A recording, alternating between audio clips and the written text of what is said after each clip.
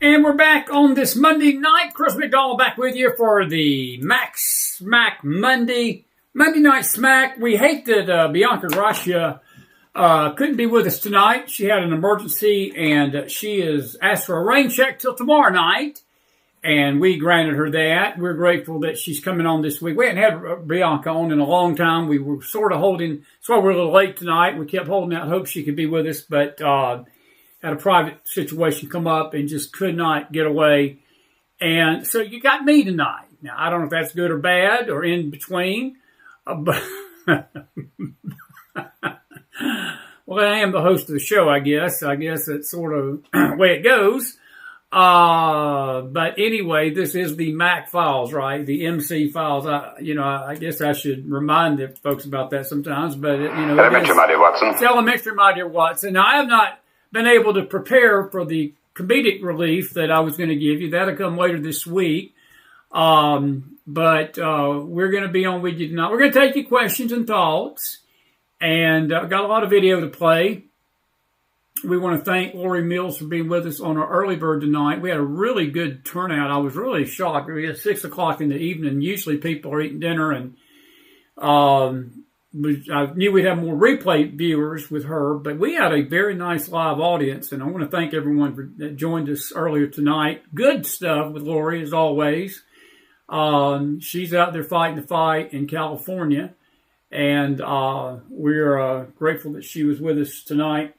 Now, James Akers, he's always our emergency go-to guy. He may pop on here in about a half hour tonight. We'll see if he can do that. But right now, it's just me, and we're going to try to keep you for a little bit. But it is wonderful to see everybody back with us tonight on our on our Monday Night Smack show. Good to see our buddy Mark Cason in the house, and he's back tonight, Mountain Warrior. Daryl Smith and Christine Rule from Indy. Good to see you, Christina, and hope you're doing well. And all of our folks over in Facebook tonight, and we are grateful that you're back with us tonight as well. And we're going to be taking some questions here. And good to see John, Anna, and Cheryl, and others in the house, Jeannie, Dennis, and Roger Hooker, all you folks that are normally with us on a late night Mac Files. Let me get right to it. I got a breaking news story. I don't know if Jason Rankin is listening to me. He asked me about this today, and I have not heard about this. And by the way, let me remind you folks, we're on the radio every day. I know some of you tune in. Some of you, may not even know we're on the radio, but kstartalkradio.com every day, 2 to 3. I had a good show today. Tomorrow we're going to be replaying the interview we had Thursday night with Mike Simonelli, and talking about more law and order stuff and some of the things you'll hear tonight. But we have really been enjoying the K-Star Talk Radio family, and they were very gracious to give us a good time slot in the afternoon. And but it's really the most listened to time of the day between 2 and 5, and we've got that first part of the day, and people start tuning in, and it's a good show. We're not quite ready to do 3 hours with him yet, but they give us an hour, and but it's good stuff. And if you'd like to help us out and sponsor that, we'd love to have you as a sponsor and mention your product on our network every day. We've got an audience that's building up, and just send me an email and we'll talk about it, all right? But tonight, I wanted to show you the story. Jason Rankin sent me a text earlier tonight, and he said, have you heard about this? And I had not. And because I know how sometimes people on the internet put stuff out, and sometimes it's true, sometimes it's not. Most times it's not. And so I've learned not to say, yes, I have, and it not be true. So I wanted to wait. But lo and behold, I was scanning over Gateway Pundit tonight before we came on the night show. And it is true. This is actually true, Jason. And this story here is shocking that there is shocking in a good way. But the Supreme Court has been asked to overturn the same-sex marriage ruling. And July 26, 2015 was a date that basically lived in infamy in our nation when the Supreme Court in 2015 ruled on same-sex marriage. The Supreme Court will take up the case this fall. Kim Davis is a Christian Kentucky clerk who went to jail for refusing to issue a same-sex marriage license in 2015, filed a petition and argued the High Court's decision in Oberfeld versus Hodges was egregiously wrong. ABC News reported that 10 years after the Supreme Court extended marriage rights to the same-sex couples nationwide, the justices this fall will consider for the first time whether to take up a case that explicitly asked them to overturn that decision.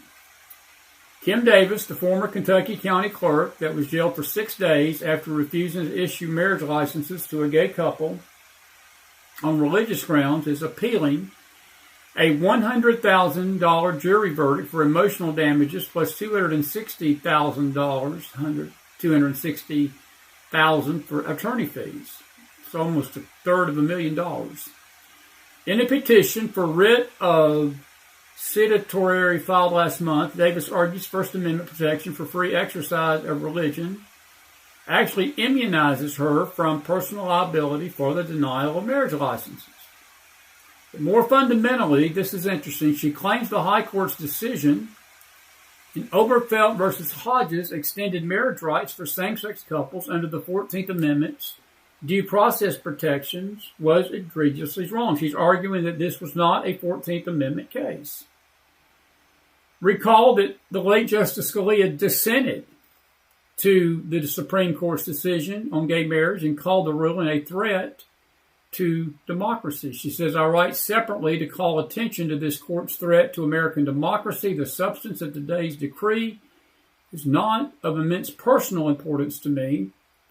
And then she goes on to argue the case, and you can see all of this, but I want to read this next paragraph. She says, the law can recognize as marriage whatever sexual attachments and living arrangements it wishes, and can accord them favorable civil consequences from tax treatment to rights of inheritance. In Upheaval versus Hodges, Scalia dissenting, those civil consequences and the public approval that conferring the name of marriage evidences can perhaps have adverse social effects, but no more adverse than the effects of many controversial laws. So it is not of special importance to me what the law says about marriage. It is of overwhelming importance, however, who is it that rules me. Today's decree says that my ruler and the ruler of 320 million Americans coast to coast is a majority of the non-lawyers on the Supreme Court. The opinion in these cases is the further extension in fact, and the furthest extension one can even imagine, of the court's claimed power to create liberties that the Constitution and its amendments neglect to mention. In other words, let me just come over here and bring my camera on the screen and talk to you about this. Folks, what they're basically saying is that there is nowhere in the Constitution of the United States that the term same-sex marriage is used. None. Miss Clark's argument is basically along the lines of Scalia. He basically said the same thing in his dissenting opinion. He said, you're saying that the 14th Amendment provides a covering for same-sex marriage, but there is no clause whatsoever. You can't find the term in the Constitution of the United States. I challenge you to go find it if you want to go look for it. Hold your breath looking for it. You're not going to find it, but Kennedy, the late Kennedy, did this, and he, to his eternal grave and shame, claimed that the 14th Amendment, because he was the dissenting vote, he ultimately was the deciding vote in this. The court was deadlocked. And he said that the 14th Amendment covered the same-sex issue, which it did not. It did not. And it opened a Pandora's box of literal hell in this nation. It's been opening it up for 10 years now, and we've had all sorts of perversion that has come from it. It's a Pandora's box, folks, and I don't beat any bones about saying that tonight. It's ungodly. It is against nature. It is against it's against the God of heaven, without a doubt. But it's against even nature in the sense that animals don't do this in the same sex. But we have basically legalized it, and we have basically approved it with this, as Ms. Clark rightly describes them, as a 9-member, basically bunch of lawyers. So now she's arguing that this 9-panel group of lawyers reverse what they did because of what they did was egregiously wrong. Now, I don't know her chances in getting this done, but her argument is sound, to be frank with you. And she goes on to say, she nailed it right there, that the courts claim power to create liberties that the Constitution and its amendments neglect to mention. The Constitutions and amendments do not give an express right to same-sex marriage. There's no part of the Constitution that does that. They claimed it did. The court of that day did, with Kennedy and Scalia, and of course both of them have passed on now. And but she says the practice of constitutional revision by an unelected committee of 9, always accompanied, as it is today, by extravagant praise of liberty, robs the people of the most important liberty they asserted in the Declaration of Independence and won in the Revolution of 1776, the freedom to govern themselves. In other words, what she's saying was basically that America needs to vote. If these states want to vote and make it law in their individual states, then that's their prerogative. But to make it a blanket policy across the country, claiming the Constitution gives that right, it's unconstitutional. It's unconstitutional. So, Jason Rankin, if you're out there tonight, thank you for the heads up. Thank you for the heads up on this. I was not aware of this. And we're going to be following that. That'll be coming up this fall. That'll be an interesting argument. And I think I'm going to make that. Hey, Jason, good to see you. He is in the house tonight. And I think I'm going to make that part of our poll question tonight. I'm going to just type it in here. Should the U.S. Supreme Court reverse the 2015 same-sex marriage ruling? And I'll just make it yes and no for you. You can put that in there. I was going to ask you something else about the D.C. thing tonight, but I'll leave that be. We're going to talk about the D.C. situation.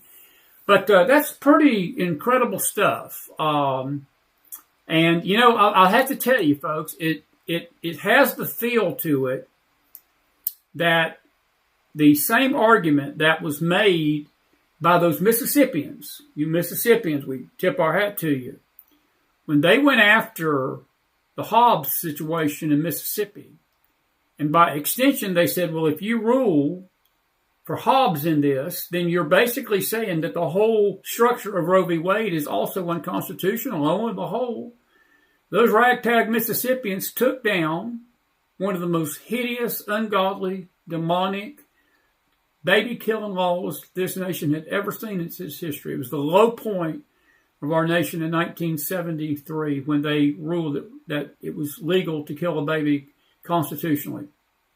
Well, the same small argument, this is just one Kentucky clerk, you think about it, going against a giant, going against Goliath in this. But her arguments are sound. Her argument is sound. It's not emotional. It's not hyperbole. What she said there, folks, was constitutionally correct. There is no stated right, none, to have two couples of the same sex marry. The Supreme Court created that by this ruling in 2015. By extension, when Kennedy said under the 14th Amendment, the same-sex couples are protected. That's like saying illegals are protected for the same reason. You basically give a right to people that the word illegal and citizen are an oxymoron. They're not even here as citizens. You can't extend rights to somebody that's not even a citizen of the Constitution that was written for. And I hate to tell you folks that are in the same-sex marriage camp, it applies to you too. And I'll just leave it alone. I'll just leave that alone. But it's pretty good stuff. That's interesting. It's got my attention, Jason Rankin. Thank you for that tonight. I'm just saying, that's elementary, my dear Watson. It's elementary, my dear Watson. So we'll see where it goes. But you know something? You Christians out there, y'all need to be praying about this. Something to pray about. And I think we need to be praying for David versus Goliath. I'm all about these David Goliath stories. And I feel it in my bones. I feel it in my bones tonight that this has got the same dynamics, the exact same dynamics as this Hobbs case 2 or 3 years ago now. I guess it's been 3 years ago now. It was 22 when it happened. People were shocked because most people believe the common wisdom, conventional wisdom was that that would have taken place while Trump was in office, and he had Amy Coney Barrett, and he had a majority of the Supreme Court with him. Nobody saw it coming that it would happen under Biden. And I think this has come out of nowhere. Wouldn't that be peachy? Wouldn't that be peachy? Folks, it's brought a curse on our land. And I'm just going to say it tonight, folks. I want to say this. We're not judging anybody in that community, folks. We're not judging the LGBTQ community. We're not judging and we're not condemning. But I am going to say this. It is against nature. It's against God. It is an abomination. Not the people, but the act. The act. And I hate to tell you that God don't recognize that union. I know some of you don't want to hear that. And I don't mean that to be mean-spirited tonight. But God don't recognize that union. And the law of the land only does it because it twisted the 14th Amendment. But the Constitution itself does not give you a right to marry, even though the Supreme Court claimed it did. And I hope this lady wins. I hope this lady wins. I do. I remember the case when she refused to pass out those licenses and the country hated her. She was getting hate mail all over the country. And this couple supposedly had their emotions damaged to the tune of $100,000. I swear, this is so disgusting. So disgusting. I was listening to a testimony. It's so funny. It was a Muslim that gave her heart to the Lord. And she was talking about Jack Baker. Or Jack Phillips. I don't know who was the baker. Not Jack Baker. Jack Phillips, the baker out in Colorado. And she was talking about this very thing. And she said that one of the reasons she left Islam, one of the reasons, she was an atheist actually, wasn't Islam, she was an atheist. And she said one of the reasons why she started believing in God was his dedication to his faith, that he was willing to not break his conscience for the sake of his business. And she said when she saw how much he stood and did not waver in his faith, she said, you know, I don't know whose God that man is, but I want to serve that God. She says, I think God does exist. So, Christians, stand your ground. You ain't got to be ugly about it. You can do it in love, but you don't have to compromise your faith in the face of this onslaught of this nation and onslaught of society, and common conventional wisdom is not God's wisdom. So, Miss Clark, just in case you're listening tonight, by the way, you're welcome. Come on to Mac Files anytime. You're my neighbor to the north. I'd love to talk to you. But anyway, wouldn't that be peachy? Wouldn't that be a peach? Interesting. Interesting stuff. Jason Rankin again. Thank you for that tonight. You gave me something to talk about at the beginning. All righty, let me come over here and I'll get the early bird thing off because Lori was on our early bird tonight. We're just the Mac Files now. And I'm going to come up here and come on camera with you for a little bit. Put my camera over here. Put that over there. And we're going to start playing some video tonight. This is a couple of videos, and we're going to be taking your questions shortly, so just bear with us. And we'll be more than happy to get your thoughts on all of this. This is Sean Hannity tonight with some breaking news about the Russia hoax. It seems that Adam Schiff, who's under federal investigation and not even mortgage fraud, by the way, along with Letitia James, they may be spending time in the jail cell together. It looks like Adam was a little bit more involved in that Russia hoax than he claimed he was. Here's Hannity. And tonight, breaking news and new developments as the Russia hoax continues to unravel. According to our friend John Solomon, and a new report tonight just out, and he will join us in just a moment, a Democrat whistleblower repeatedly was warning the FBI beginning in 2017 that the congenital liar Adam Schiff had authorized leaking classified information to smear President Trump, which, by the way, could be a violation of the Espionage Act. Here with more on this breaking report, the editor-in-chief, founder, chief investigative reporter, justthenews.com, John Solomon. This is a big story, and this is a Democratic whistleblower, and there might be other Democrats implicated as well, like Kinzinger. Yeah, well, one of the guys that's in here is Eric Swalwell. Now, that is secondhand information from the whistleblower, but the whistleblower actually attended a meeting with Adam Schiff when he was ranking member. Yeah, no problem. Corrected. It was, they both hate Trump, so I kind of mix them up. Yeah, they all merge together these days. Listen, this whistleblower literally sat in a meeting, he tells the FBI, where Adam Schiff authorized the leaking of classified secrets to dirty up Donald Trump and to try to build towards either a select committee in Congress or a special prosecutor. This whistleblower was a career intelligence officer. He had worked for the House Intelligence Committee, Democrat staff for a dozen years when he came forward to the FBI. He gave 4 interviews. He gave very specific information to the FBI, and nothing happened. Why? Because the Justice Department simply decided to take a pass. How many times have we sat around in the last decade and heard, we're going to get to the bottom of that classified leak, and then a few months later, we couldn't get to the bottom of that classified leak. In the case of Adam Schiff, they got to the bottom of some classified leaks, but the Justice Department chose not to act. So tonight, past Attorney Generals, people like Merrick Garland and Jeff Sessions and Rod Rosenstein, who was acting on Russiagate, they've got some serious questions answered. Did they know about this Adam Schiff stuff? Why did they allow it to be passed on? And will anything happen in the current Justice Department? It's a great question. I guess we'll have to remain in me. See, I'm glad he brought up Jeff Sessions' name because I'd like to know that too. Did Mr. Sessions know about this?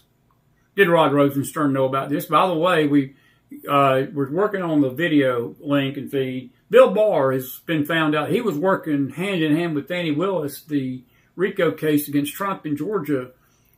He was advising her on how to frame the argument and frame the legal arguments. It's just amazing, the betrayers and people that just stab you right up the back. I mean, man, it is just amazing what Trump was dealing with in that first term. But Jeff Sessions has a lot to answer for tonight, folks. I'm not even mad at Merrick Garland. I'm not mad at Eric Holder. I'm not mad at Rod Rosenstern.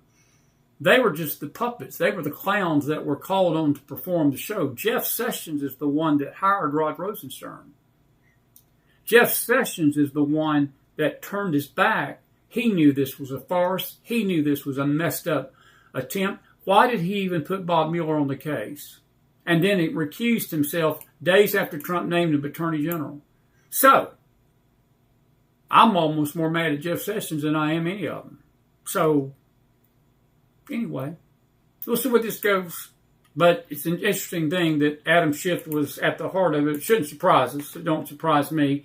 Here is President Trump today. I don't know if you heard about this, but they have declared D.C. Such a crime zone that they called in the National Guard tonight. They have federalized the D.C. cops. We've got a couple of video clips for you today. This is, I think, President Trump taking reporters' questions. I think this is about Russia, though. I'm going to hang on to that one. Here is Judge Janine talking about this today because people were asking her about the crime situation with teenagers, and this is what she had to say about it. Let me give you a bottom line. All you crooks and you killers, murder, rapists, gang members, cartels, drug dealers in D.C. tonight that have been running rampant and roughshod over D.C. for the last 4 years because you had a feckless mayor and a feckless president and the police were scared to deal with you. Your time came to an end tonight and there's a new sheriff in town and all hell's about to come down on your head and things are about to change in D.C. Starting with this lady, Judge Janine P. Roll tape. I see too much violent crime being committed by young punks who think that they can get together in gangs and crews and beat the hell out of you or anyone else. They don't care where they are. They can be in DuPont Circle, but they know that we can't touch them. Why? Because the laws are weak. I can't touch you if you're 14, 15, 16, 17 years old and you have a gun. I convict someone of shooting another person with an illegal gun on a public bus in the chest. Intent to kill? I convict him. And you know what the judge gives him? Probation. Says you should go to college.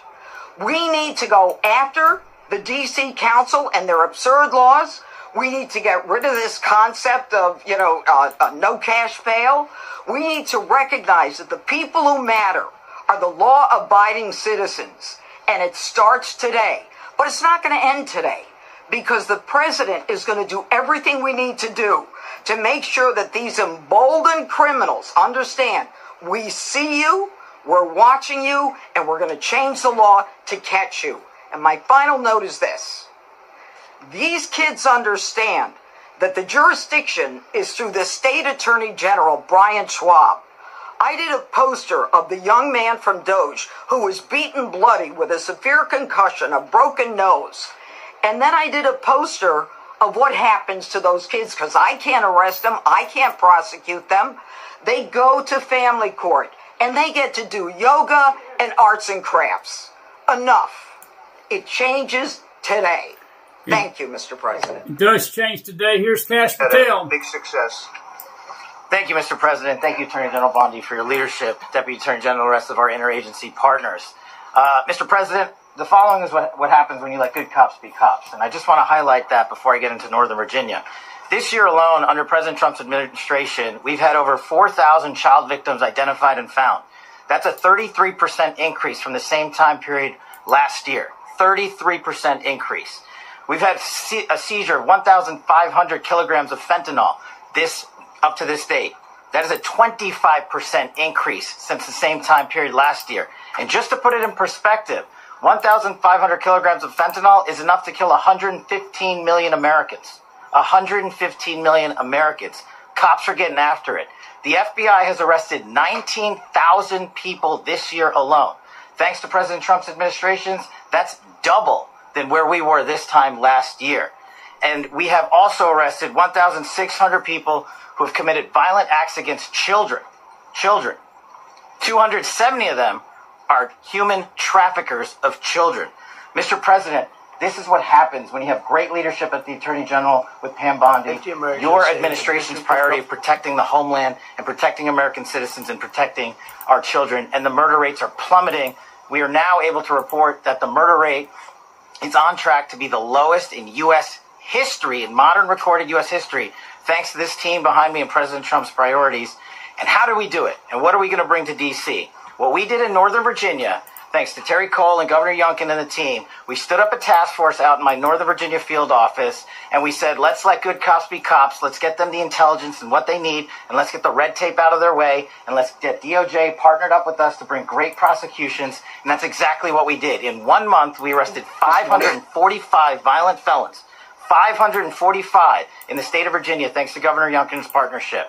And that simplicity in law enforcement is what's coming to Washington, D.C. When you let good cops be cops, when you give them the intel they need, when you work with our Homeland Security Task Force, when you work with Terry and Gaddy and I go way back to Miami, these guys are great leaders of the respective departments and law enforcement capacities. And when you have the DOJ and President Trump driving behind this mission, we are going to clean up Washington, D.C., and we're going to do it the right way, the lawful way, and we're going to make sure Washington, D.C. is safe again. Thank you, Mr. President. Thank you, Attorney General. Thank you very much.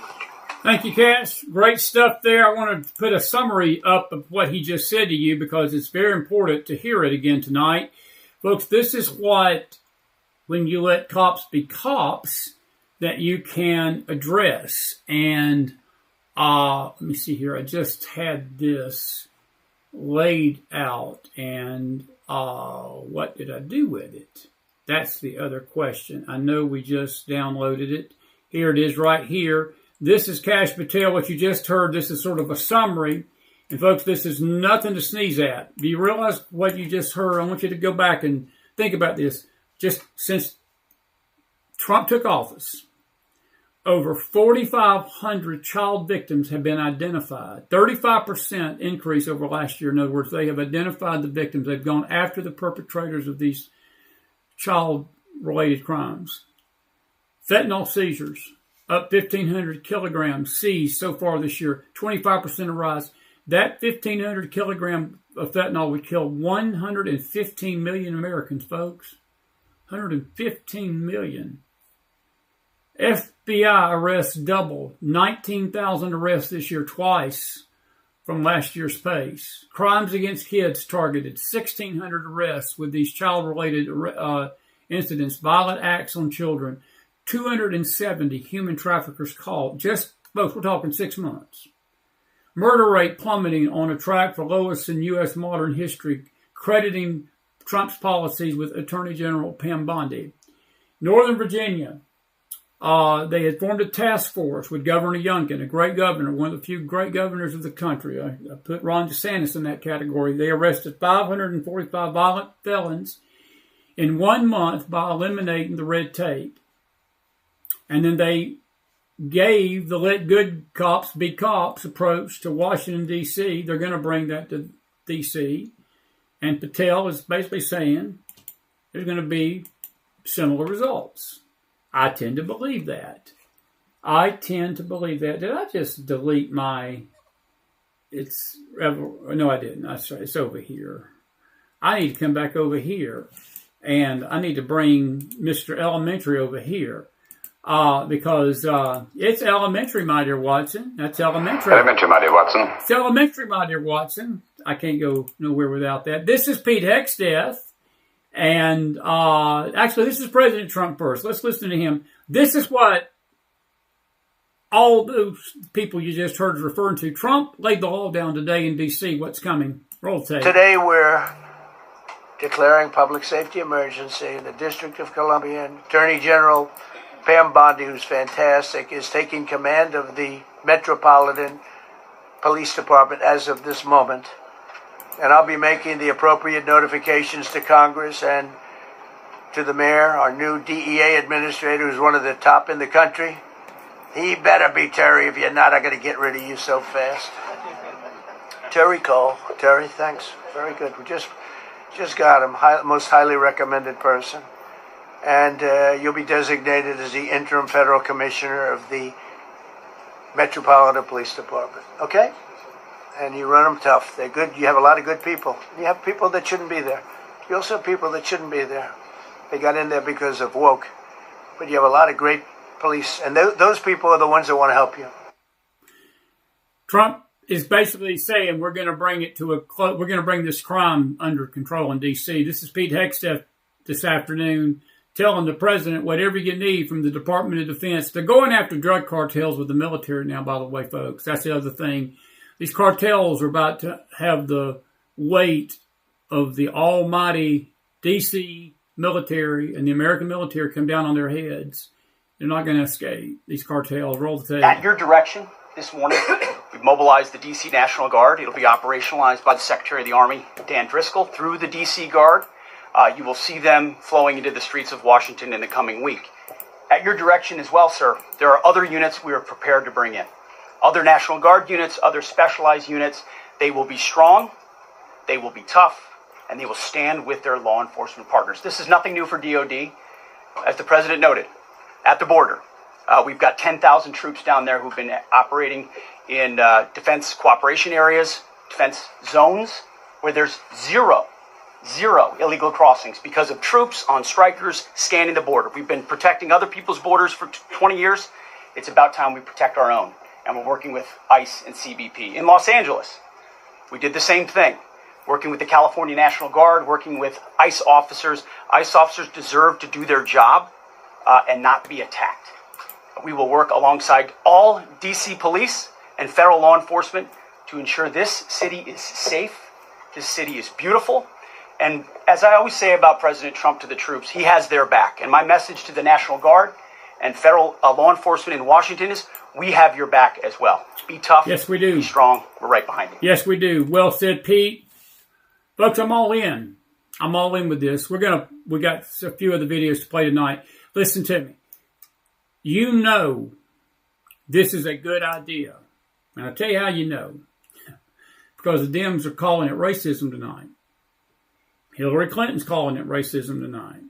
MSNBC, their lead anchor, said tonight he's holding his temper because Trump is targeting black-led cities.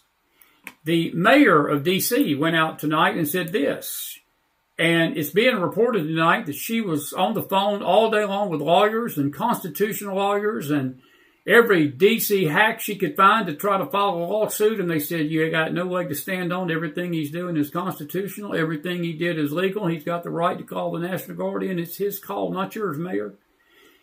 Let me tell Miss Mayor something. If you'd have done your blanking job and kept your city safe, Trump wouldn't have had to call the D.C. National Guard in. I just love these Dems. I love, and I hate to say this, these black mayors of these cities, Johnson and Chicago. And it's not just black mayors, folks. It's mayors of all these woke cities.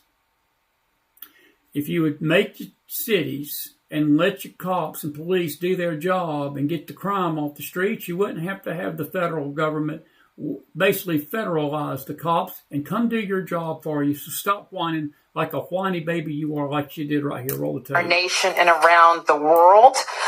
We have the nation's premier park system, fantastic public schools, including a free and robust pre-K programs. She's trying to tell you how great D.C. is, folks. You can't walk to your mailbox without getting knifed. Trump today, and I wished I had that video. We had it on our show today for the radio show, and I had it downloaded. But he was talking about in the big main press conference, and it was on Gateway Pundit. That article's on our Telegram room. He talked about the number of crimes that were committed in D.C. just in the last 6 months. So many crimes around the Capitol, within blocks of the Capitol, within blocks of the White House, within 100 feet. We were up there in D.C. back in July, and thank God nothing criminally happened. But the streets, you could just feel it in the air. It was just that feeling. You wasn't sure whether to walk with your hands in your pocket.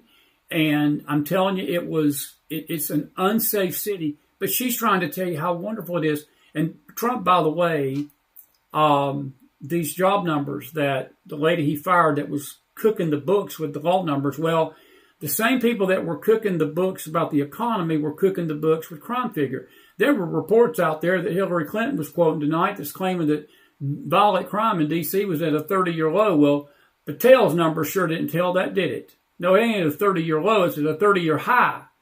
But they were trying to convince you that. This mayor's trying to convince you tonight that what Trump's doing is infringing on democracy in D.C. No, he's trying to get the criminal element off the street, something that you should have been doing, Mayor. Starting at age 3. We have a tremendous public transportation system. That you can't ride without getting knifed.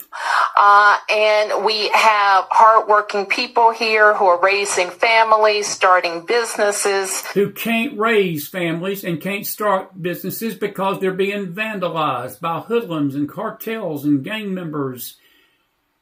And Black Lives Matters movements and Antifa and the gangs that you have allowed to run roughshod in your city, Mayor.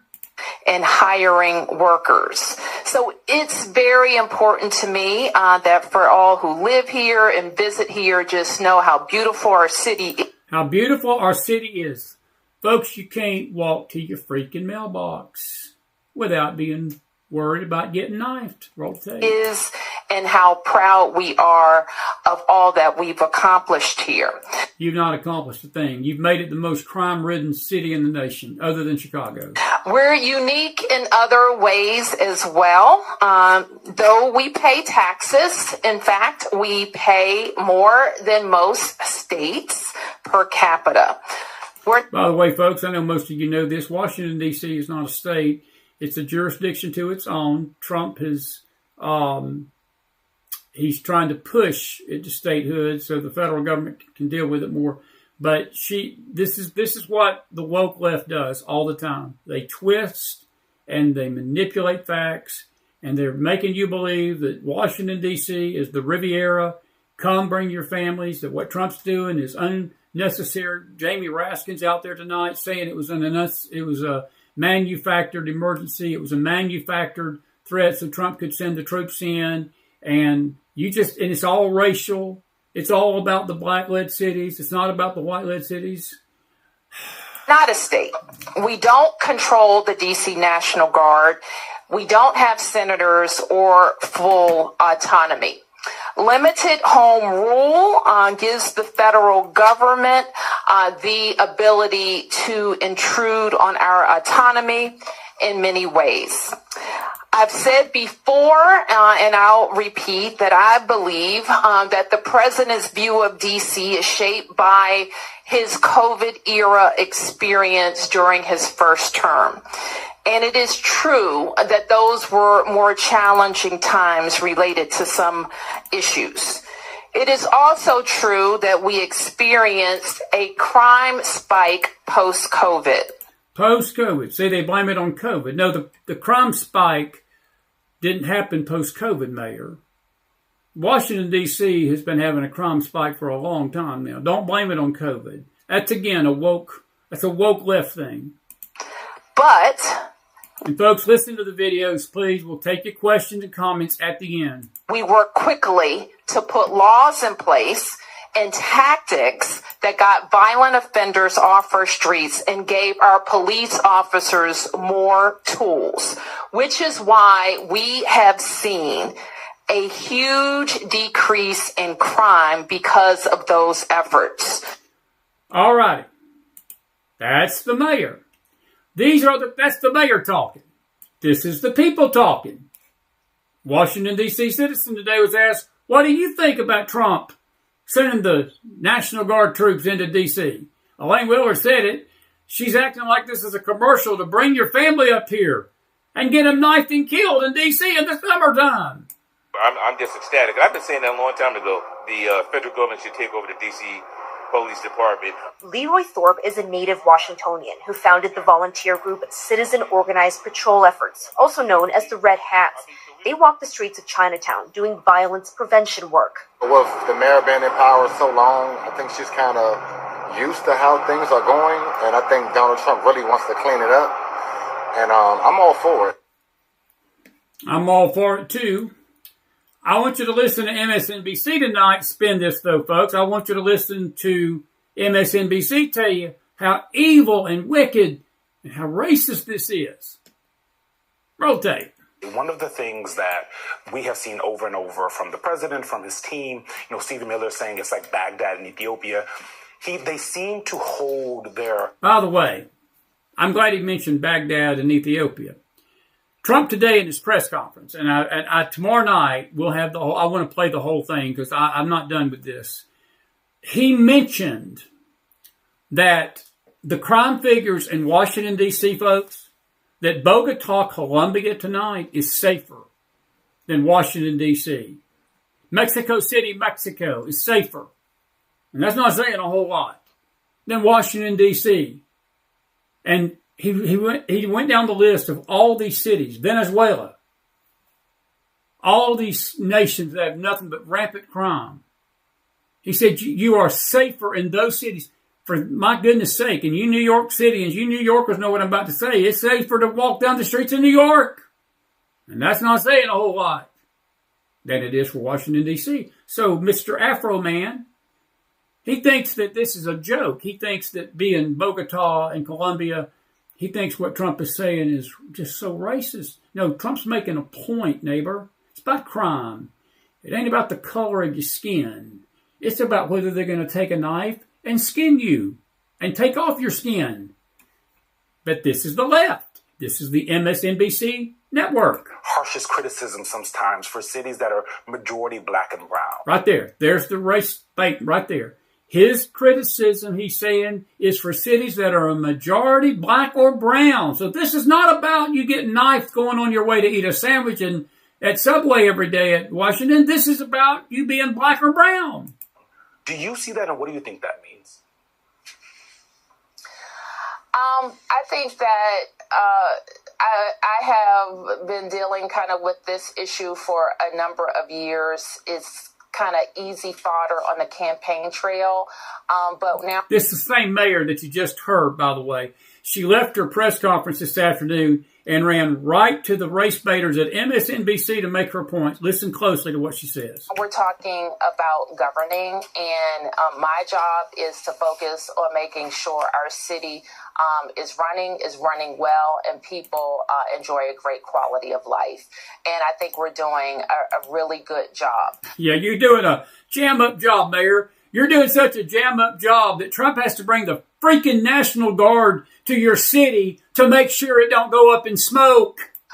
We do need the federal government's help, as I mentioned, because they have an outsized influence on our criminal justice system. We need more prosecutors. We need more prosecutors, all right, because you've let your city go to hell. More judges. We need more judges? Really?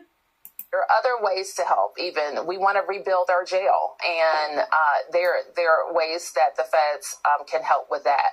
But also just doing their part, cutting the grass, fixing the fountains, making sure. By the way, fixing the fountains, cutting the grass, isn't that what the city was supposed to be doing all along? Why does the fountains need to be fixed? Why is the statues all desecrated in D.C.? Why does, and Trump mentioned this today, another clip we'll play tomorrow night. I may have that actually, but he talks about the fact that, you know, his daddy told him growing up, if the city's dirty, you don't go into that city, because that city, if the front of the city's dirty, you don't go into it. And he's mentioning that the fact that when people come here, Washington, D.C. is like the face of our country. And he said, if Washington, D.C. is dirty, it makes our country look dirty. Washington, D.C., folks, I was up there in January for the Right to Life March, and I'm going to tell you something. It looked like a trash bin. It looked like a third world slum area. Trash was everywhere. Now, I'm excited to go back. When I was there with my beautiful wife in July, it didn't look as bad. But the fact of the matter is, it should have never gotten to that place. These fountains that she's talking about that needs repairing and all this stuff that needs repaired. Guess what, Mayor? They were desecrated and destroyed under your watch. So cry me a river. They were desecrated under the Dems' watch. And now they're complaining that this is where we need money. We don't need the National Guard to get the drug cartels off the street and all the fentanyl and all the child trafficking and all the Black Lives Matter and Antifa marchers and all the lawlessness, and people can't drive to their freaking lunch date without getting whacked. The federal law enforcement is doing all of the policing that they can do. And I just have to say thank you to MPS, FBI, ATF, who've always worked cooperatively with us, and we expect that they will again. See, MSNBC was trying to make it about race, wasn't he? Anyway. It's elementary, my dear Watson, to me. It's elementary, my dear Watson. Elementary, my dear Watson. Bring on the National Guard. Bring on the military. Clean it up. Clean it up. And by the way, you drug cartels tonight, I'd be sleeping with one eye open. Your days are numbered in this country. You drug cartels and you cartel punks. And I love what Janine called them. They're nothing but punks. They're thugs and punks. And it's time that this stop in our nation's capital. It's time it stops in all of our cities. That's what I asked Lori Mills earlier tonight, is that L.A. is next. L.A. needs to be next. Chicago needs to be next. New York City needs to be next. And you New Yorkers that are out there thinking it's a joke that Zohar Mandami is running for your mayor and you're going to do something, one of the most craziest things a city has ever done is put an Islamic Marxist in power. You're going to be introduced to Socialism 101, and I hope you smoke up, because it's going to be a wonderful taste in your mouth after 4 years of this man. Maybe that's what it's going to take to get our attention, because you're not going to have cops. You won't even have police. I predict tonight, folks, if Zohar Mandami gets elected, the National Guard will be required to come to New York City within the year. I just predict that, and so forth. But that's the media for you. That's the media for you. Let's see here. This is the CNN panel tonight. The Crap News Network about all this. I think Mayor Bowser may also know that there's an ongoing investigation in her police department over the potentially manipulation of those statistics. That there have been a downclassing of some of the crimes, there has been a massaging of the numbers and the reporting in order to fit them more beneficially into the FBI crime stats. So she may know some things that National Democrats are not paying attention to. What he was saying there is that this mayor has basically been manipulating, somebody's been manipulating the crime figures so that there wouldn't be more aggressive action for all the crime going on in D.C. I just said that. Somebody was basically saying that it was at a 30-year low. It wasn't at a 30-year low, folks. It was at a 30-year high. All right. This is the lady from Cincinnati. I want to play this tonight. We're running out of time. We're right at 10:55 in the East, and we're going to take your questions here before I get out of here tonight. We got a lot more to talk about this week. It is a Monday night, but I wanted you to listen to this dear lady from Cincinnati that got her life almost ended by thugs. A seventh individual has been arrested tonight in relation to this, but I want you to listen to what she told Laura Ingraham. Very interesting stuff, and then we'll take some of your questions. I got a lot more, but don't have time for it all tonight. I think this D.C. story was worth it. Is this, watch this, in your mind, or was it in any way racially motivated? In any direction, either from initial comments, you said no, but from the attackers' comments that you heard at the time or the way they were acting, do you feel like this was a message to people like you? Don't come here anymore. I do, but I don't feel that they're going to win. So, we're not going to back down and stay out of the streets or go and run and hide. It's unfortunate that this group, wanted to make it into a racial hate beatdown. But I think there are so many amazing Black people out there that I don't want this to become a Black versus white situation. I don't want everyone, the white people to start saying bad things about Black people or it become rioting issues or anything. It's unfortunate that these people made it into hate, but, I don't want retaliation where there's white versus Black going on out there.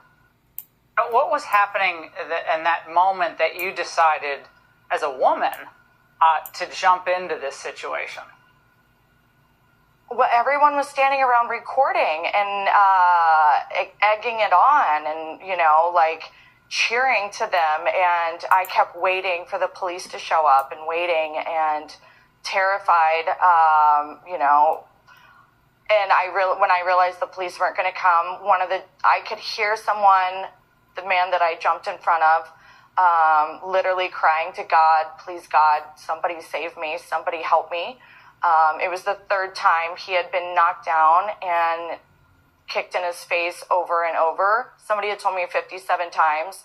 They had counted through all the videos.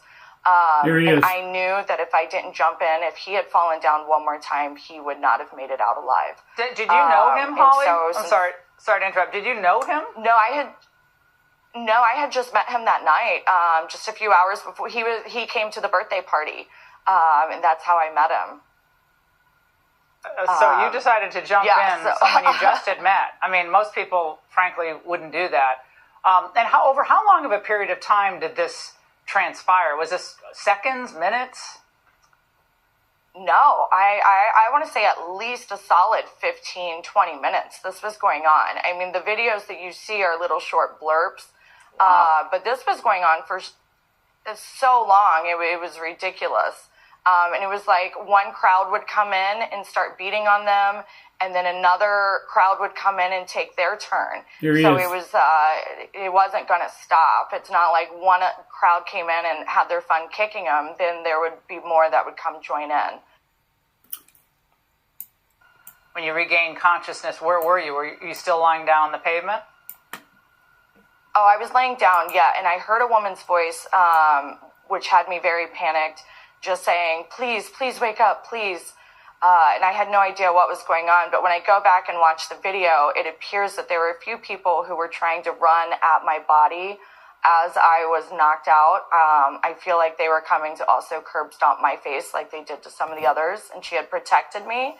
But she also had been attacked in the very beginning of the fight, trying to help stop it. And so it was very brave of her to come and jump in, but that's what I woke up to that, and I knew that I was in danger, and I had to just get up and figure out what's going on later. But I just knew by the sound of her voice, I had to get up now. And you took an Uber home? No ambulance? Yeah, I did. No, and my face was still completely bloodied. All of our faces, the victims, when we were talking to the 2 police officers that did finally show up, they did not call for backup. They did not call for ambulance. And I just remember, my Uber, after all of this, my Uber had finally showed up. And I just remember the police officers were being very nonchalant, and they were kind of blowing us off, kind of like, okay, you were in a fight, cool. There were still 100 people on the streets. Like, there were still people gathered everywhere. And then seeing us bloody and some of their shirts were torn, they didn't even get a statement from me. Actually, they didn't even take down my name. Come to think of it. So they got a few of the others' names only because the victims were insisting that they take down their information. And Holly, I remember just getting in my Uber. Hold on. They didn't take, the police did not take your statement or interview you, really interview you, or write down your name or address? They didn't even ask my name. What? No, and one of the victims, it took him 3 times of kind of being very persistent, like aggressive, being like, my name is, write this down. And it took 3 different times for them to write it down. And that's when I got in the Uber. I said, police don't care. I wasn't even going to file a police report because I was like, what's the point? They're not going to look into this. They don't care. They didn't even want to take down my name. Well, they weren't interviewing anyone on the scene, Holly? They weren't interviewing anyone in that crowd to give, tell us what happened. What'd you see? Nothing. No, not at all. They were leaning up against their police car, and they literally had their arms crossed like this, and they were like, I don't remember the words they were saying, but just by their demeanor and their attitude, it was a disgrace. It was a disgrace. Still is a disgrace. And that police chief should be fired. And some of the comments, the officers should be fired. They do need to be fired, Corey. Jeannie, the thugs do need to spend the rest of their lives in jail, but they won't. And I'll tell you how I know that, because one of the perpetrators of that went before a judge already. They arrested him. He already went before a judge. He was released on basically a $400 bond. They set his bond at $4,000. You have to come up with 10%, whatever bond they set to you. So he just doled out $400 and walked right back out. It was like a revolving door. I can guarantee you tonight, had he been white and that victim been black, it wouldn't have been $400. I'm not trying to make this a racial thing, but you can't help, folks, but believe it was a racial thing. You can't help but look at that and believe that it was racially motivated. It's a racial hate crime. We had a situation in our state here way back in 2007, 2008, I believe, or maybe it's 6. I don't know. It's 2006 or 2007. We had 2 white kids. They were a couple, a boy and a girl. And they were out dating one night, and they were kidnapped by 5 black people.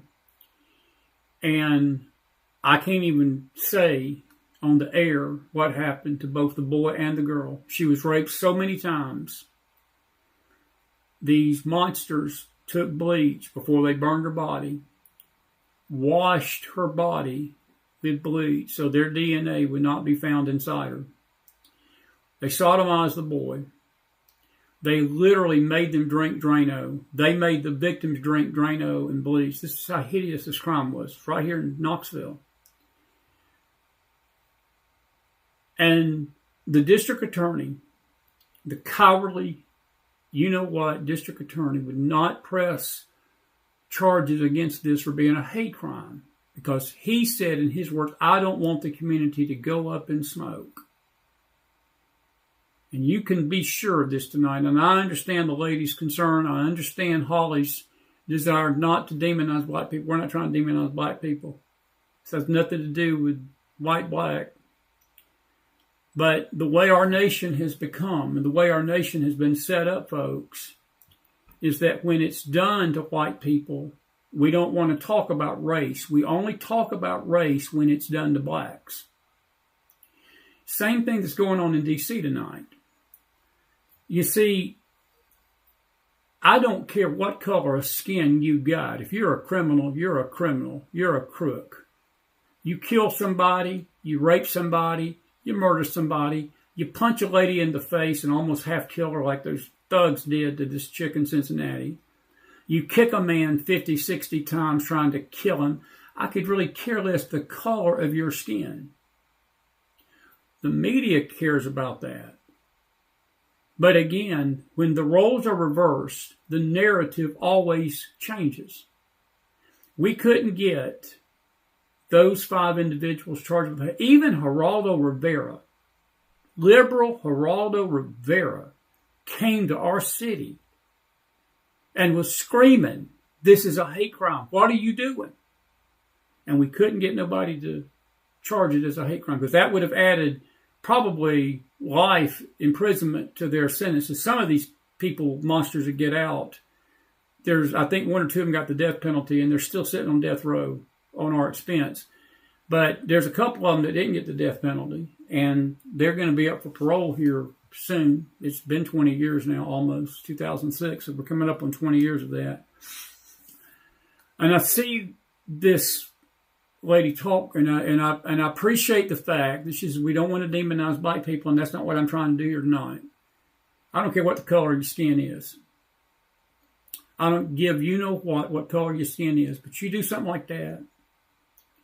You do something like that, you need to spend every natural born day of your life in a federal prison or a state prison and do hard time.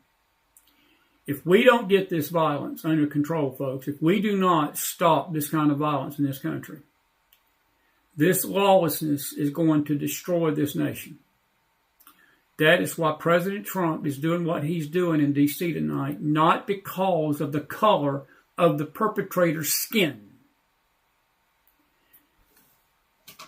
Even though you want to make an argument about it to the Afro man on MSNBC tonight, if you want to make an argument about black-led cities, well, I tell you what we'll do. We'll get the crime figures down for these cities that are run by black mayors, and we'll talk shop with you and see what the stats are. I'm not saying that a lot of white-run cities are any better, because they're not.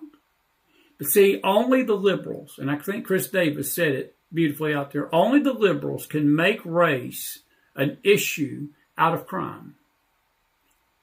When they make an issue out of the race instead of the crime, you got a problem, America. As the old saying goes, Houston, we got a problem. And if this stuff don't stop, folks, you're not going to have a country. I'm not going to have a country. Our kids, it's unsafe tonight. All my kids are grown. And I keep thinking of that video we played here last week of that little girl that was in the play area with her dad and didn't even walk 3 feet out of that play area. And that illegal alien came and grabbed her, took her into the store. And if it were not for the grace of God that her mother saw him with that child take her upstairs, he was probably looking for an exit upstairs to get out. Because those malls, sometimes those department stores, you can go out up top or below. He was looking to run with that child. And it was by the grace of God that mother found that girl. Because she would have never seen that child again. 3 feet, 4 feet, just in a second. Boom, boom, boom, just like that. And I think of my grandkids. I think of I know Caleb laughs at me sometimes when we haven't been in a while, but when he was even an 18, 17, 16-year-old, we'd go to the mall together and look around. I'd say, stay close to your dad. He'd look at me and roll his eyes. And he says, Dad, I'm 16 years old. I said, stay close to your dad. Stay close to your dad. Entertain me. Humor me. That's how dangerous our society has become. And if we don't stop playing games with this, and we don't stop doing this nonsense and listening to this nonsense of this woke bunch. I am so infernal mad tonight watching that video from Cincinnati. And I'm with all of you that are chiming in tonight. Yeah, they should throw the book at them. They should throw the book at them. But they're not going to. They're not going to. The perpetrators of that are claiming that the racial insult came from the victim. And this lady vehemently denies that. And she says, no, they were throwing racial insults at us. So I'll let you believe who you want to believe. A bunch of thugs that was kicking a man. I don't care what somebody says to you. That does not give you a right to kick somebody 50 to 60 times in the face and slam an innocent, defenseless woman to the ground and beat her face to a pulp. Pathetic men. Pathetic men. Thugs. Pathetic thugs. And I'll leave that alone for right now. Anyway. Gail Meyer says head stomping should automatically be attempted murder charges. I tend to agree with that. I tend to agree with that, Gail. I tend to agree with that. Elaine, the victims are probably going to sue the city, the police department, and the perps. They should, and I'm agreeing with you with that. Anyway. Mark, good to see you. Good to see you tonight. It's bad in D.C. Mark lives in D.C. And it's good to see everybody tonight. Let's take some comments. Mark, you mentioned Northern Virginia. Mark Casey, good to see you, buddy. I appreciate you, man. I'm glad you mentioned Northern Virginia. Patel mentioned that because that's what Youngkin did. He formed a task force, and they made it a priority. And as Patel used the term, they let the good cops be cops. They stopped this nonsense, this woke nonsense, and they said, we are going to put a stop to this kind of melee that we just witnessed in Cincinnati, and it worked. And Patel, the same guy, Terry Cole, that was over that task force in Northern Virginia, they're bringing him in to handle this situation in D.C., and that's why Trump was joking with him, said, "I'll get rid if you don't get this done, I'm going to get rid of you quicker than you can say get rid of." And he was sort of doing that tongue in cheek. But Trump means business with this tonight, folks. It's dangerous. Mark lives up there. He knows. How bad it is. It is bad in D.C., buddy. It's good to see you. David, you said, where are the kids' fathers? What? Don't get me started on that, David. I have no idea. You talking about the kids that were beating the man to death, kicking the man in the face? These were adults. These weren't just kids doing it. They were punks and thugs, but they were adult men. I mean, now if you're talking about the little girl that walked away, the daddy was sitting right there in the play area. He just turned his head for a minute, and she was just 3-4 feet outside the play area, and that guy picked her up. But this situation in Cincinnati, these were adult people doing it. These wasn't children. These wasn't teenagers.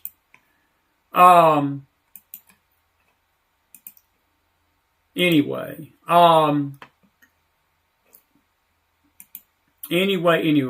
The D.C. situation, David, that situation, there's the criminal acts are by not just teens. Janine Pereiro is basically saying that some of the laws protect those under 18 from being charged with adult offenses, and that's going to change, and she's working on that. But that issue is a whole different discussion that I ain't got time to get into about the father and the mother, where the fathers are at. That's a whole different discussion tonight, and I don't feel like delving into that because I have no idea. Mark lives in Manassas. Mark, I know where that's at, buddy. I know where that's at. Good for you. 93-7. Do you think the Supreme Court should reverse the 2015 same-sex marriage ruling? So far, Janine Pereira, she can't really change the D.C. laws, Corey, but she can suggest that has to go through the Congress and it has to go through the city council and the mayor's office. Juanita Pena, were any of them illegals? I don't know. That I don't know. I'm assuming you're saying the Cincinnati issue. I wouldn't doubt that, but I don't think these were illegals. I think these were citizens of the city. Look, I've been through Cincinnati. I lived in Dayton for a time, and I've been to Cincinnati. I love Cincinnati. It's a beautiful city, but there are certain parts of that city I would not be caught dead in after dark. I just would not be caught dead. I love baseball and that park around the Great American Ballpark. People walk to their cars at night after the games. And I'm telling you, there are certain parts of Cincinnati are just like New York City. They're just like Washington, D.C. Now, if you're talking about the D.C. situation, I'm sure there's a lot of illegals doing some stuff in D.C. But Trump's got Holman up there taking care of that element of it. The liberals are not happy about that. But I think it all ties together. It all ties together. I'm going to work on some figures. We need to do a McJustice show. We need to do a McJustice show so bad it ain't funny. Maybe this week. Anyway, Mark, good to see you tonight. And really mean that. Carol Smith says, to those who think nothing has happened in this press conference states otherwise, especially relating to children. That is true. That is true, Carol. Trump's trying. Look, that's all you can ask your president to do. He's trying. I don't know if he's going to succeed. I asked Lori Mills about it tonight, and she believes, like I do, that it's gonna put a stop to a great amount of this. But I'm glad that Kash Patel is going after those who harm kids, and I appreciate that. I appreciate that in Kash Patel. I know there's a lot of people who don't like Kash, but I actually think he's not doing too bad a job.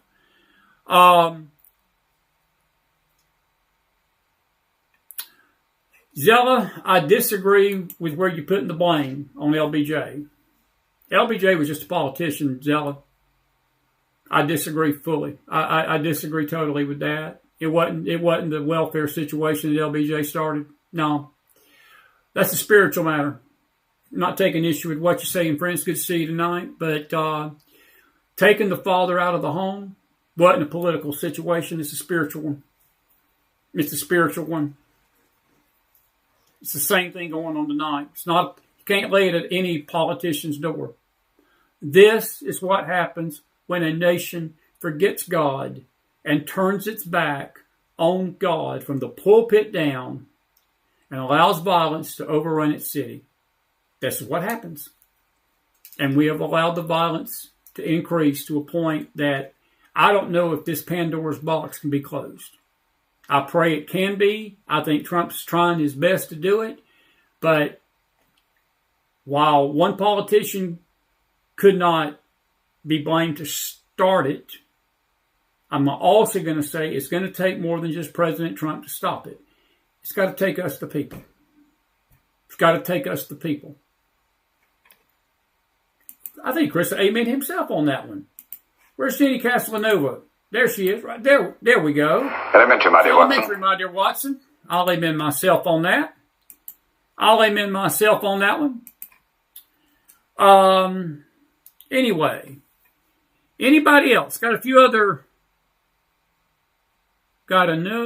things, and we'll say it good night. Dems do love having temper tantrums, don't they, Jeannie? They sure do.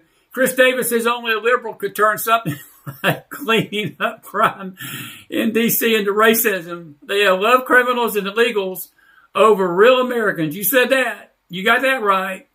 You got that right. And Lisa, I'll agree with you to a degree. Parents are responsible for the kids under 18. And you know, it's funny. I think it was Lori tonight. And she said that You know, there have been cases that have come up in the courts where if a minor child has done a crime, the parents are held accountable. I'm not going to disagree with what you're saying, because I think that is some of the issue that the parents, and I think it goes to David's question about where are the fathers. And while I can't get into all the ifs, ands, buts about that tonight, that's a spiritual matter. But parents need to be held to some responsibility for what's going on in our streets, because a lot of these kids are underage. Not all of them. The situation in Cincinnati were not teenagers. That was adult men. There may have been a teenager or two in that group, but that was a mob, folks. That was just a plain mob. They got 7 people in custody. But you saw the video. I mean, that wasn't just a few. They were kicking that man. That man was getting hammered. And see, the ladies, all they were trying to do, especially the lady named Holly, she wouldn't even give her last name on air. She was simply trying to stop them from hurting the man. And that's when they cold punched her right in the face and almost killed her. Her head, she hit her head on the back, and that's when they were down there hitting on her on the ground. It's terrible. Brutal stuff, huh? Brutal stuff. David, great question. Has any Texas Dems been arrested yet? No, they have not. David, they have not. And I'm glad you brought that. We're going to talk about that more tomorrow night. I am so grateful you said that, because that is burning me to the core. They need to be arrested. This is the Texas leader tonight. For roll call to determine if a quorum will be met. Dozens of Democrats still missing in action, in an effort to redraw congressional maps will remain on hold as long as they don't return and they do not have a quorum. So we'll be watching for this to begin here. Welcome back to a second hour of America Reports. And they were not able to have a forum. And we'll talk with Greg Abbott about it. We'll have Greg Abbott, a video from him tomorrow night about this. David, no, none of them have been arrested. It's a great question. The other question is why. The other question is why, and I can't answer that one either, buddy. I wish I could. They need to be. They need to be. They need to be. Fired and jailed. That's what they should be. All right, folks, it's late. I've gone my 90 minutes for you tonight. Listen, we're grateful you've been with us tonight. Again, Bianca Gracio will be with us tomorrow night. We'll get James Akers on tomorrow night. And we're so grateful that you were with us on this Monday Night Smack. And may you have a wonderful Monday. Rest, those of you that are getting ready to go to bed. Now, you in the other hemisphere, you're getting up. It's morning down under and other places in the southern hemisphere. But it's nighttime here in the east. And we're going to say goodnight now. Listen, God bless you. God bless your families. God bless this great nation of America. MacFilesForum@gmail.com. Please join me tomorrow. K-Star Talk Radio, 2 to 3, Monday through Friday, daily. And we would love to have you join us on the radio. And we'll be talking to Mike Simonelli tomorrow. And Lord have mercy. Elementary, Watson. Did I do this in a nice manner tonight? I didn't offend nobody, I hope. I'm sure I did, but I went out of my way to be very calm, very collected. I didn't raise my voice. I'm sure I'll hear about it if I did when I sign off of this show for my better half tonight. But I think I handled myself with a good deal of decorum. I did not scream. I did not throw any kind of name calling. I was a good boy tonight. I didn't want to be, because I was watching that video and my temperature was getting hot. My temperature was getting hot because it was pathetic. It was pathetic thugs doing that. And they need justice, folks. We got to do a McJustice show soon. I was going to do one Friday night, but I had all day with my kids and my grandkids, and I just didn't have the energy to do it Friday night. But we're going to do something this week, if we can, if not next week. But we're going to talk about this justice thing more. All righty, listen, grateful you've been with me tonight. Again, Bianca sends her regrets. She couldn't be with us tonight. That had been a fun interview, but we'll have her tomorrow night, and James Akers and others. May the Lord bless you out there tonight. Thank you for being with me, and I will see you back here. Mark Casey, good to see you, buddy. Be safe up there in D.C. in the Manassas area, man. Hope to see you soon, brother. Have a good one. Have a good night, everybody.